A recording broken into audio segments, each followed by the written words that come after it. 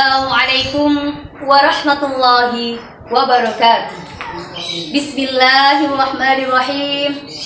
Alhamdulillahilladzi da'ana lil Islam wa hadana bil Qur'an wastajaba da'watana bil fadli wal ihsan wa an'ama 'alaina bi ni'matil iman wal Islam. Allahumma salli wa sallim ala sayyidina Muhammadin khairil anam wa ala alihi wa sahbihi masyabiqul ummati fil dhalam. Amma ba'du.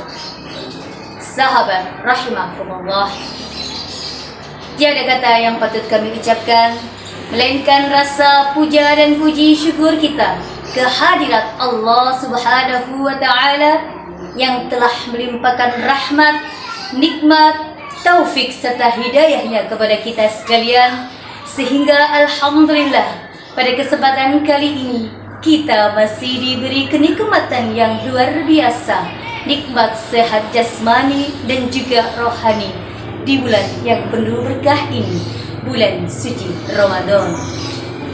Allahumma salli wa sallim ala sayyidina Muhammad. Selawat serta salam mudah-mudahan tetap tercurahkan kepada beliau baginda Rasulullah sallallahu alaihi wasallam, pembuka tabir kegelapan menuju kepada agama yang membawa keselamatan, kebahagiaan hidup di dunia dan di akhirat. Sahabat rahimakumullah, tanpa terasa kita sudah berada di penghujung bulan suci Ramadan. Sebentar lagi kita akan memasuki hari kemenangan umat Islam, Hari Raya Idul Fitri.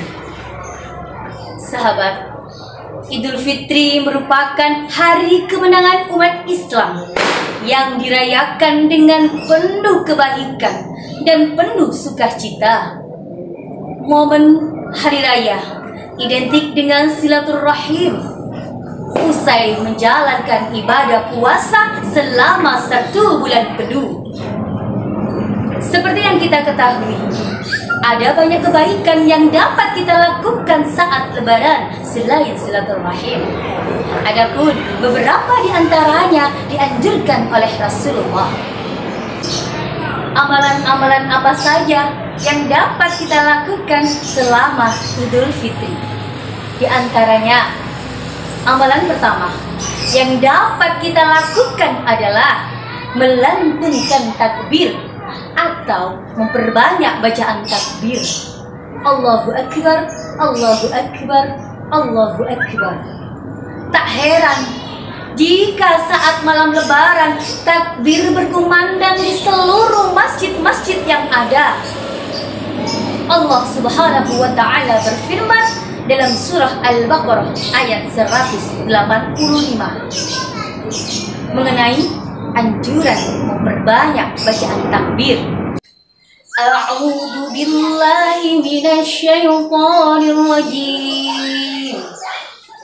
Walitukmilul iddata walitukabbirullaha ala ma hadakum wa la'allakum tashkurun.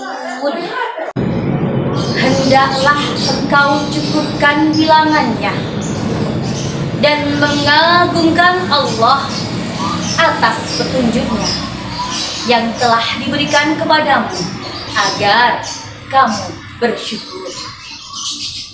Sahabatku, dari tafsir Al-Jami' lil Ahkamil Quran karya Al-Qurtubi disebutkan bahwa ayat ini telah menjadi dasar masyru'iyah atas ibadah takbir di malam hari raya Idul Fitri.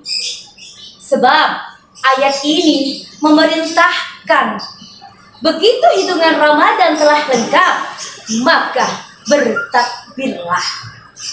Artinya, takbir tidak dimulai sejak pagi hari keesokannya, melainkan sejak terbenam matahari.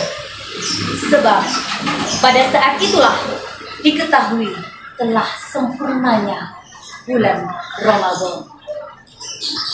Sahabat, takbir.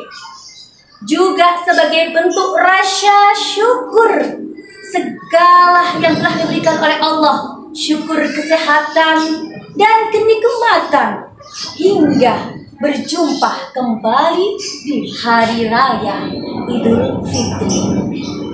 Sahabat yang dirahmati Allah, amalan kedua adalah makan terlebih dahulu sebelum berangkat salat hari raya Idul Fitri. Diriwayatkan dari seorang sahabat, Rasulullah Sallallahu Alaihi Wasallam tidak akan keluar untuk salat hari raya Idul Fitri sebelum beliau makan, dan Rasulullah tidak akan makan di hari raya Kurban sebelum berangkat menuju tempat salat Id. Hadis riwayat Ahmad dan At-Tirmidzi. Oleh karena itu, alangkah lebih baiknya sahabat makan terlebih dahulu sebelum berangkat dari tempat salat Id. Sahabatku yang dirahmati Allah, amalan yang ketiga adalah mandi dan berhias sebelum salat hari raya Idul Fitri. Karena ini dianjurkan oleh Nabi, berpakaian rapi, bersih, menggunakan pakaian yang bagus, tidak harus mahal, yang penting bersih dan rapi, dan memakai wangi-wangian yang sewajarnya.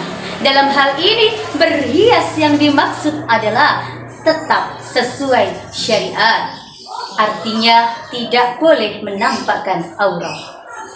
Sahabat rahimakumullah, amalan berikutnya adalah sholat 2 rakaat setelah sampai tempat sholat Id. Sholat ini dilakukan secara sendirian sebelum sholat hari raya Idul Fitri. Amalan berikutnya adalah sholat Idul Fitri. Hukum sholat Idul Fitri adalah sunnah muakkad, artinya dianjurkan untuk semua umat Islam kecuali yang berhalangan. Nabi Muhammad Sallallahu Alaihi Wasallam rutin melaksanakan sholat Idul Fitri di setiap tahunnya dan dianjurkan untuk dilaksanakan secara berjamaah. Sahabat rahimakumullah, amalan berikutnya adalah berjalan kaki menuju tempat sholat Id.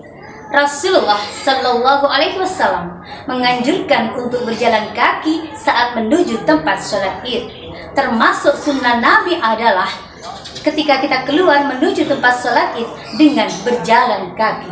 Hadis riwayat At-Tirmidzi. Dan bagi yang tidak mampu berjalan kaki seperti orang sakit, orang lumpuh atau lain sebagainya, tentu diperbolehkan untuk menaiki kendaraan. Sahabat rahimakumullah, amalan yang terakhir adalah mengambil rute jalan yang berbeda saat pergi dan pulang dari tempat sholat Id. Siapa yang menyangka sahabat, jika rute jalan bisa menjadi amalan? Hal ini dimaksudkan adalah untuk menebar kebahagiaan kepada orang lain ketika berjalan sembari senyum dan salam, dan juga untuk menyambung tali persaudaraan.